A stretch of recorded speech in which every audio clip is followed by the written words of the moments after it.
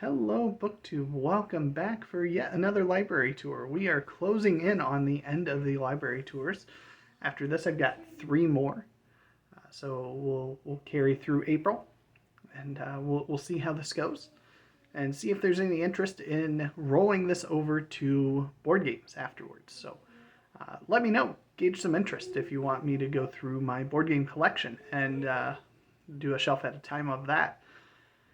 I'll be able to talk more at length on most of those because I'll have played most of those. Um, Whereas on the books, it's hit and miss. Some I've read, some I haven't read, because there's fewer games on most shelves. I'll be covering just a couple of them, so I'll feel like I can talk more at length. So let me know what your thoughts are. But without any further ado, we begin the kind of eclectic mix. This one is the tail end of kind of the Victorian 1800s, rolling into the more modern classics, and then rolling over into poetry. And then after that, it really starts to go off the rails on how things are organized until we get to the very last shelf, which will be graphic novels and comics. But I think there's going to be some things of interest. There's a lot on this shelf in particular I still haven't read and would like to at some point in time.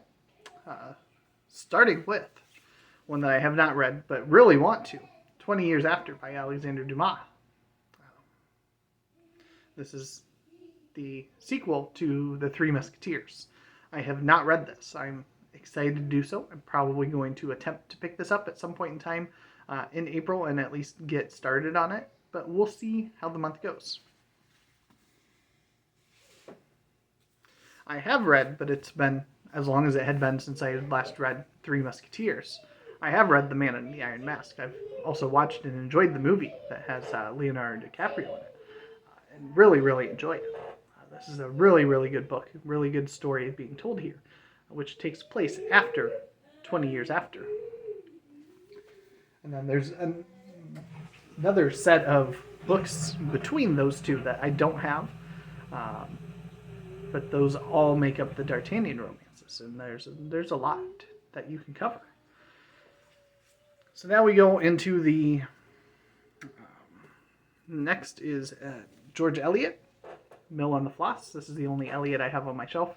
The only Eliot I've read is Middlemarch, and absolutely loved it, far more than I expected to. So at some point in time, I'll be reading this. Maybe this will be a good Victober one to kind of save for, because this is, like all of, I'm sure, George Eliot's works, this is a big book.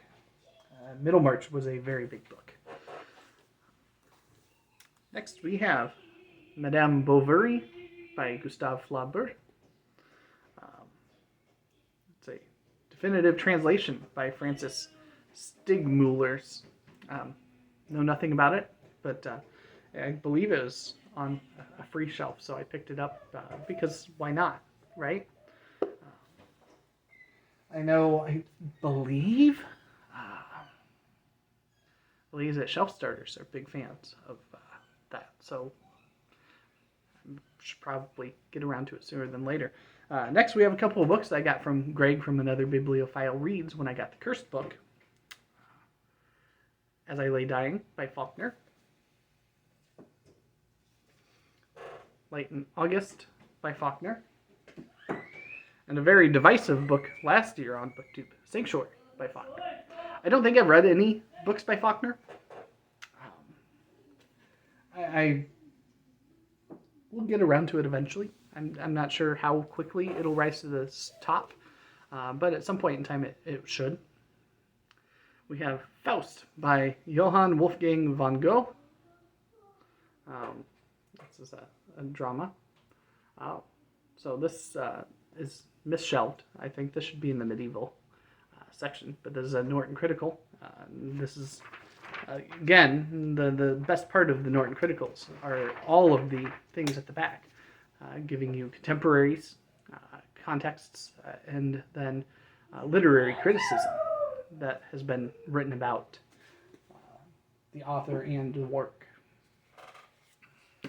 Next we have Thomas Hardy. I have not read anything Thomas Hardy other than a couple of poems and decided that his poetry wasn't for me. Tess of the D'Urbervilles. I hear this is a really, really good one. Need to get to it at some point in time. It's a nice hardcover. This was another one that I think I got for free back last summer when our local library was putting out carts of books that were free to just take from. Next we have Daisy Miller and the Turn of the Screw by Henry James. I have not read either of those, but those should be relatively quick reads because this is not a very big book. We have another Henry James, Portrait of a Lady. This is much bigger, but a nice Penguin classic. We have 41 stories by O. Henry. So there's a lot of short stories to read in here. I should probably start in on this sometime soon, especially with my plans that I'm going to talk about more at length tomorrow for getting to more shorter fiction. We have a book that I read a long, long time ago and really, really enjoyed and picked up a new copy of it. Again, free. One Day in the Life of Ivan Denisovich by Alexander Solzhenitsyn. Sure, we'll go with that. This was fantastic. Russian literature in general. I don't think I've run across any Russian literature that I didn't enjoy. There's some fantastic ones. But again, I've only read a handful of them. We have Mark Twain here, Connecticut Yankee in King Arthur's Court. This was mentioned on Steve Donahue's channel recently as part of the Arthurian starter kit, and I would agree this is outstanding. Very, very enjoyable. And a decent entry point if you're looking to jump into something Arthurian first and you're not sure that you want to go back to the older sources and you want something that's a little more light-hearted than something dense like the T.H. White classic. We have Edith Wharton, House of Mirth. Again, haven't read, picked it up because it's free. Good classics. Virginia Woolf, A Room of One's Own. I believe I read this back in high school time, but would certainly like to revisit it at some point in time.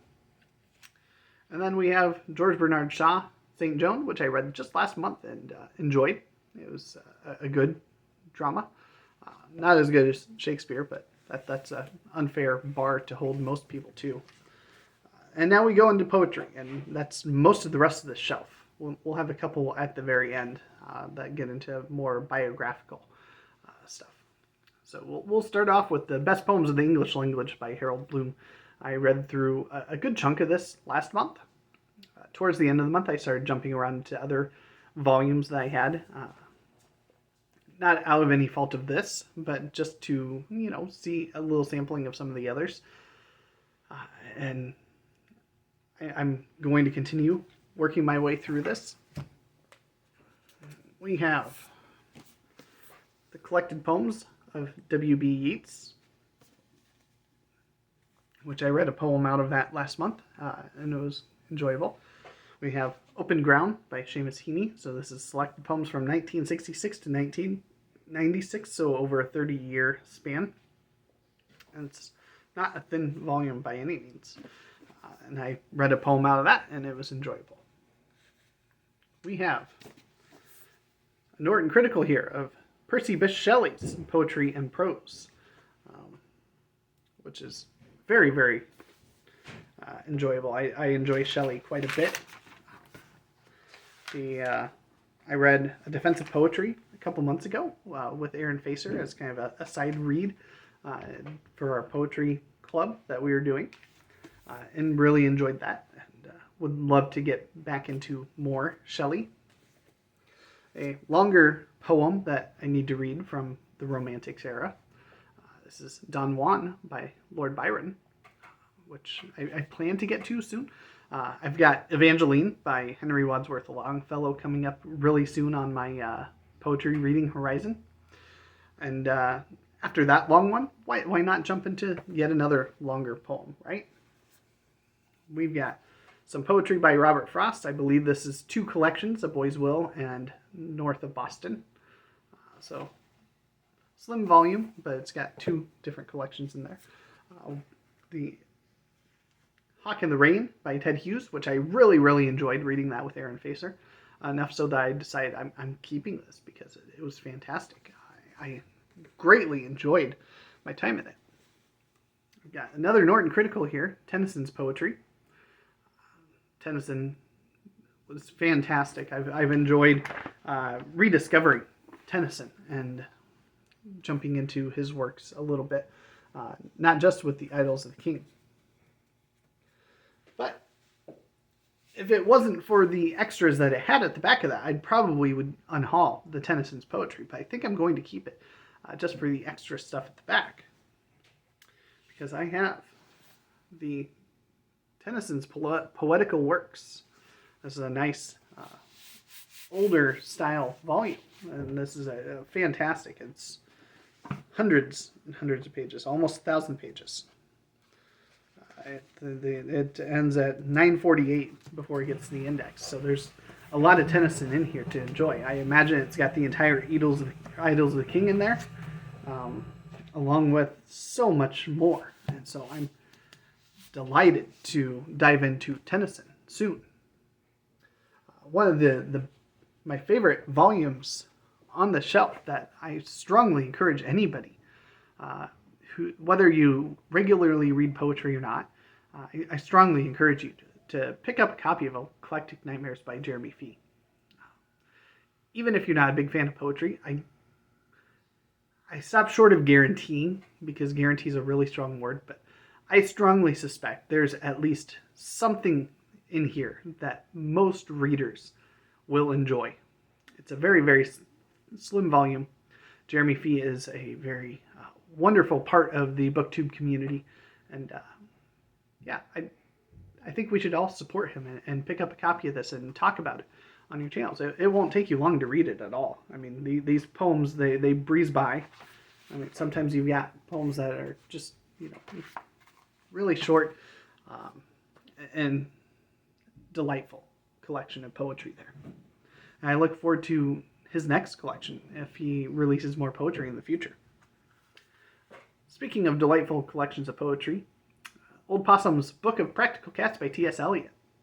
Again, if you're not a big poetry fan, this is a great volume to pick up, because I think you will enjoy the poetry in here, especially if you enjoy cats. I'm not as big of a cat lover, but I can still greatly enjoy that. This next one is Red Obsidian, New and Selected Poems by Stefan Torre. This is a volume that I got from a giveaway from Jolene at Bookworm Adventure Girl, which I'll be jumping into very, very, very soon. Again, more tomorrow during my mishmash. We have Henry Wadsworth Longfellow, Evangeline and Selected Tales and Poems. I hate to say that I've got a new favorite poet, but I may have a new favorite poet by the time I get through this.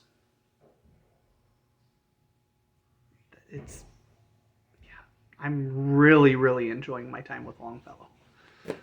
Enough so that he's pushing that Harold Bloom volume aside for at least some of my poetry reading. We have the major English Romantic poets: Coleridge, Wordsworth, Byron, Shelley, Keats. So nothing Blake in here. This is an anthology of poetry by the 5 giants of English Romanticism, edited with critical introductions by William H. Marshall. So I'm excited to dive into this at some point in time. We have the Norton Introduction to Poetry. I've read a couple of poems out of this last month as well. So a good overview. And I'll echo Steve Donahue. Don't just think that those types of books are for students in classrooms. They are a great way to introduce yourself to a wide variety of poets out there and styles of poetry. And they've got them organized in a way that makes sense, makes it easy. This particular one has them broken down. So like you have, if my camera can focus on it, expectations and suspense. And then the next section is we've got situation and setting. We got words. It gives you themes that they bring them all together. Symbol, structure, sound and sight, stanza and verse forms, poetic kinds. It's got a couple of extra authors that are extended selections from. It's got some literary tradition, myth. I mean, it's great resource to introduce you to some poetry and to help you discover maybe certain poets or certain types of poems that you do enjoy. And it is a great stepping stone. And you can find all kinds of those at most used bookstores because students, once they're done with the class, typically will unhaul those. And, if you've got half-price books or something nearby, you could probably go find all kinds of anthologies for short stories, for poetry, for time periods, and be able to just get a good introduction to a wide variety of things in a short amount of time. All at a very reasonable price. So now we have a couple of biographies to bring us to an end, and then we're going to continue biographies next week. And so we start off with Chaucer's Tale. This is 1386 and the Road to Canterbury by Paul Strom. I debated between putting this with all my medieval books or putting it in the biography section. I decided to do a little biography section, and so I'm glad I did, I think. Because it's a section that I haven't really done much with, but I'd like to grow. We've got Shakespeare, The World as Stage by Bill Bryson. And this is probably going to be my most readable of the biography type books on there. I've read some Bryson before, very readable style.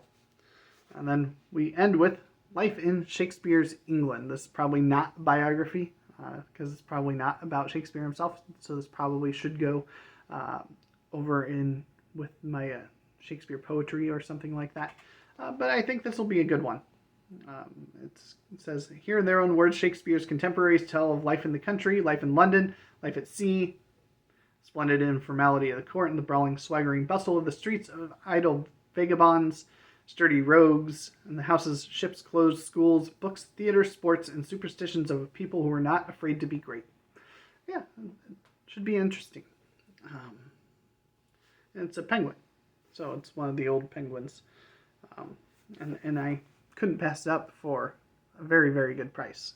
If I can find a book like this for less than $1, I feel like that's a very successful shopping experience at a bookstore. So there you have it. There's that shelf.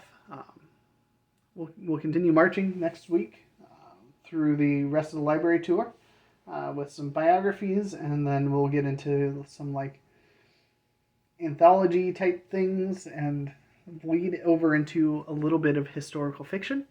And then we'll have a really eclectic mix the week after that before we wrap up with graphic novels and comic books. So I hope you're doing well. Hope you have a great weekend, and thank you, BookTube.